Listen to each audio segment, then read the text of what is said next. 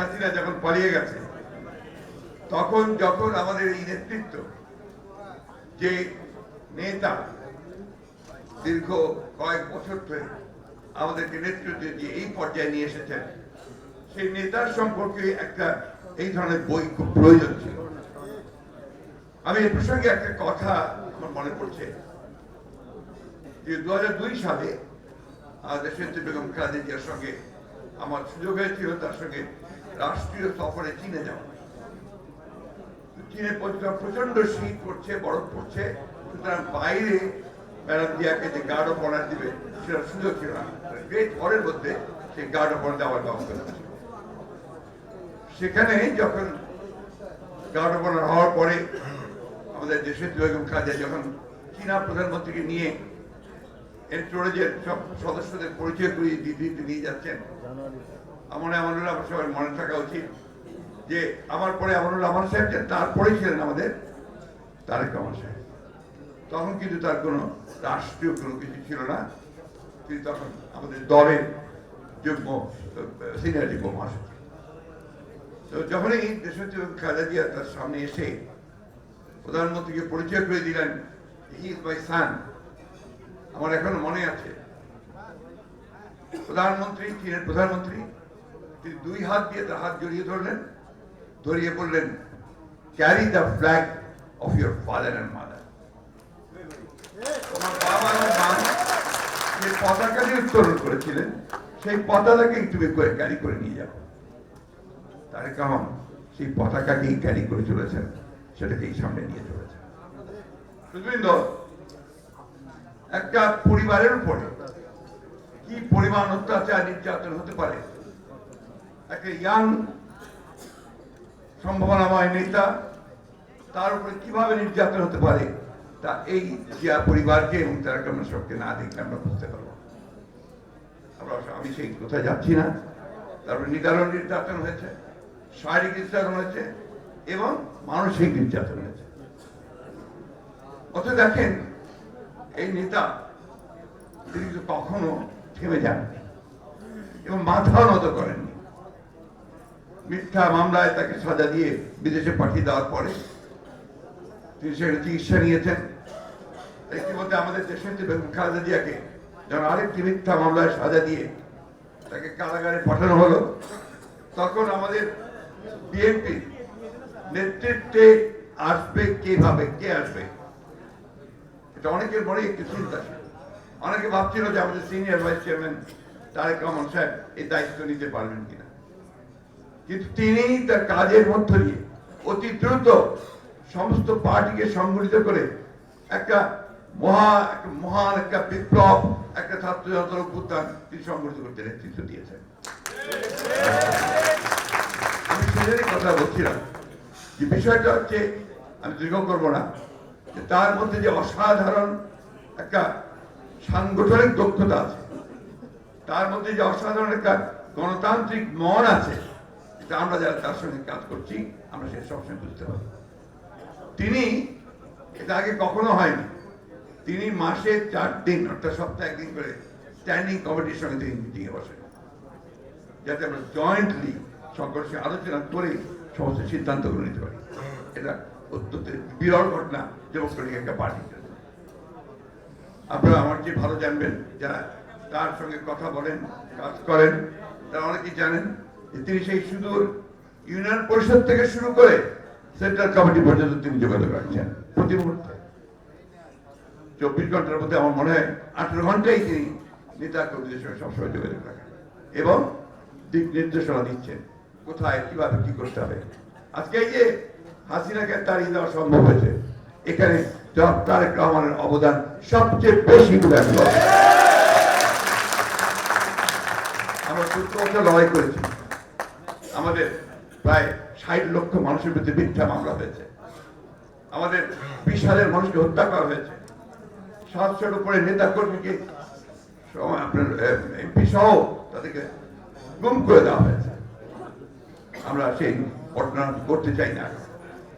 এই অবস্থা নিয়ে সেখান থেকে বেরিয়ে এসে তারেক রহমান সকলকে অনুপ্রাণিত করে, উজ্জীবিত করে তিনি যে আন্দোলনে ঝাঁপিয়ে পড়ার জন্য সকলকে তিনি আহ্বান জ্ঞাপন করেছেন অনুপ্রাণিত করেছেন। আমি খুব ভালো করে জানি শেষের যে দিন কটা দিন আপনার আমরা বলি যে ছাত্রগণ অভ্যুত্থানের মূল সময়টা, সেই সময়টা প্রতি মুহূর্ত তিনি যোগাযোগ রেখেছেন প্রত্যেকের সঙ্গে, এমনকি ছাত্র সমন্বয়কদের সঙ্গে পর্যন্ত। আমাদের ছাত্র দলের, যুব দলের বিভিন্ন সংগঠনগুলোর প্রায় 422 জন এই অভ্যুত্থানে নিহত হয়েছে, শহীদ হয়েছে। সুতরাং আজকে সমগ্র জাতি ঐক্যবদ্ধ হয়ে এই ফ্যাসিস্ট খুনি হাসিনাকে উৎখাত করেছে। এখন অন্তর্বর্তীকালীন সরকার আছে, আমরাই করেছি সবাই মিলে। আজকে দেশের চারদিকের অবস্থা দেখে অনেকে একটু আতঙ্কিত হচ্ছে, একটু উদ্বিগ্ন হচ্ছে। এগুলো কি হচ্ছে আসলে আপনাদের বুঝতে হবে। আমাদের সেই শত্রুরা যা সামনে থেকে চলে গেছে, পেছনে থেকে তারা এই দেশকে আবার অস্থির করে তুলছে। এখানে আমাদেরকে অত্যন্ত সজাগ থাকতে হবে। দুর্ভাগ্য আমাদের যে আমাদের দেশের মানুষেরা কেন যায় না, আবার সহনশীলতার বড় অভাব হয়ে গেছে। একটু ধৈর্য ধরতে হবে। আজকে এই সরকারকে আমাদেরকে সহযোগিতা করতে হবে, কারণ এই সরকার ফেল করলে আমরা অভ্যুত্থান ফেল করে যাবে, বিপ্লব ফেল করে যাবে, এবং আমরা আবার সেই অন্ধকারে চলে যাব। এই বিষয়গুলো নিয়ে আমার মনে হয় আমাদের সকলের অন্তত পজিটিভ চিন্তা করা প্রয়োজন। আমি বক্তব্য শেষ করব, একটা বিষয় অত্যন্ত জরুরি বলে আমি এখানে বলতে চাই। দুর্ভাগ্যক্রমে আজকে একটা ভয়াবহ কাজ শুরু হয়েছে, যেটা হচ্ছে সংবাদপত্রের উপরে আঘাত, স্বাধীন মতামত প্রকাশের ক্ষেত্রে আঘাত, যার জন্য আমরা সব সময় সংগ্রাম করেছি, লড়াই করেছি। আমাদের দেশের খালেদা জিয়া তিনি প্রথম এই দশকে আসার পরে, 2001 সালে আসার পরে তিনি সংবাদপত্রকে সম্পূর্ণ মুক্ত করেছিলেন। সেদিন আমাকে বণিক বার্তার সম্পাদক তিনি আমাকে বলছিলেন যে আপনারা এই বিষয়টা জোরে বলেন না কেন, যে সংবাদপত্রের স্বাধীনতা সবচেয়ে বেশি ভোগ করেছে খালেদা জিয়ার সময়, বিএনপির সময়। আজকে যখন আমরা দেখছি কিছু সংখ্যক হটকারী, কিছু সংখ্যক উস্কানিদাতা, তারা বিভিন্নভাবে এই সংবাদপত্রের স্বাধীনতাকে বিঘ্নিত করবার চেষ্টা করছেন, ধ্বংস করার চেষ্টা করছেন, যেটা কোনো মতেই কোনো সচেতন মানুষের, দেশপ্রেমিক মানুষের মেনে নেওয়া উচিত নয়।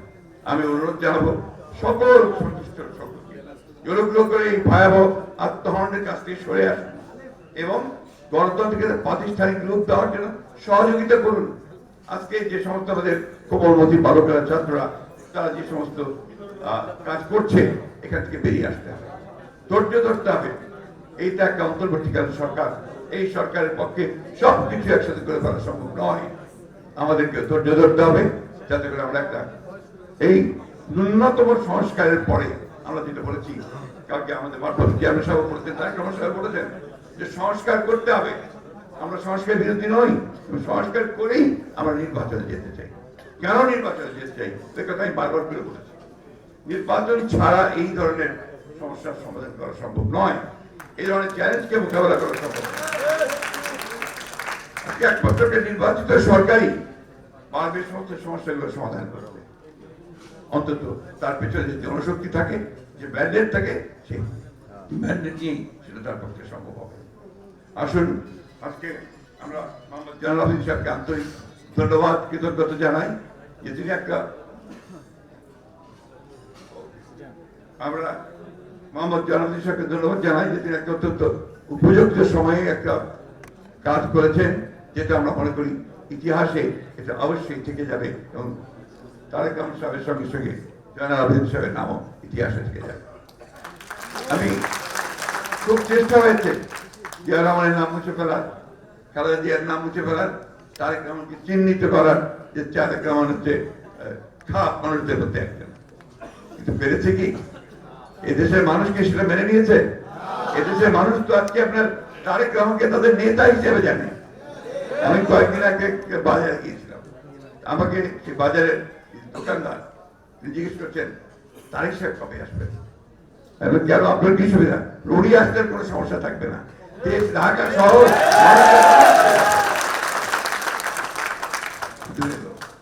হচ্ছে বাস্তবতা। তাই বলি, আমার সবসময় প্রায় কথা বলি আমি, যে ইচ্ছে করলে কাকে রান করে দেওয়া যায় না, উড়িয়ে দেওয়া যায় না, ইতিহাসকে বিকৃত করা যায় না। কিউবার ক্যাস্ট্রো, ফিডেল ক্যাস্ট্রো, তিনি যুদ্ধ করতেন প্রথম দিকে। সেই যুদ্ধ করতে তিনি একবার পাকিস্তানে তিনি গ্রেফতার করেন। গ্রেফতার অপরাধ ট্রায়াল হলো, ট্রায়ালে তার 12 বছর সাজা হয়েছে। সেই সময় তিনি ক্যাস্ট্রো, ফিডেল ক্যাস্ট্রো দাঁড়িয়ে বলেছেন, condemn me, doesn't matter, history will have gone me. আমাকে তোমরা এখন কন্ডেম করতে পারো, ইতিহাস আমাদেরকে ধারণ করবে। সেই ইতিহাস ধারণ করেছে জিয়া রহমানকে, খালেদা জিয়াকে, তারেক রহমানকে। জীবন্ত ইতিহাস তারেক রহমান আমাদেরকে আলোর পথে, আলোকিত বাংলাদেশের পক্ষে নিয়ে যাবে, এই বিশ্বাস আমাদের রয়েছে। ধন্যবাদ সকলকে। আসসালামু আলাইকুম।